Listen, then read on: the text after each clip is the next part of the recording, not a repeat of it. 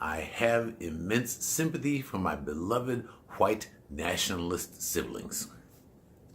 I understand racial pride. I grew up going, say it loud! I'm thinking I'm proud! Wear their naturals proudly. Wear their naturals proudly.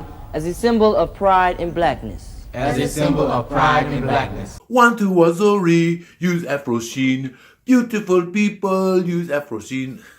So racial pride, I'm there, I gotcha.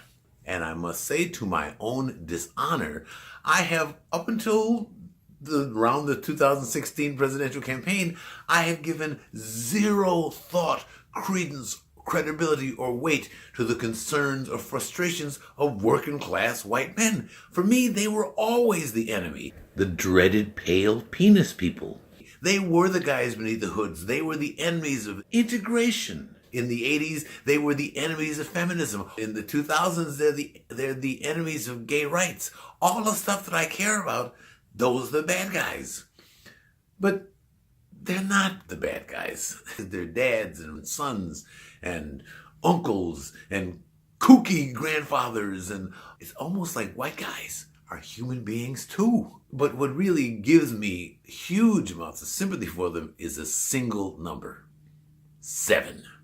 7, which is a number out of every 10 suicides in the United States committed by a white man. This is, of course, counterintuitive in the broadest socio-political sense, because, well, that's a world owned by white guys. But white guys aren't just Mitt Romney and Dan Quayle and Bill Clinton. White guys are these guys and these guys and these guys. And while it is true that as white men, they virtually never have to worry about racial discrimination or sexual assault, that's about the only stuff these guys don't have to worry about. Like me, the white supremacists running around the world today were born into a world where it meant something to be a white man. Where if they didn't have jobs or status or education, at least they were white men. I bought into that world.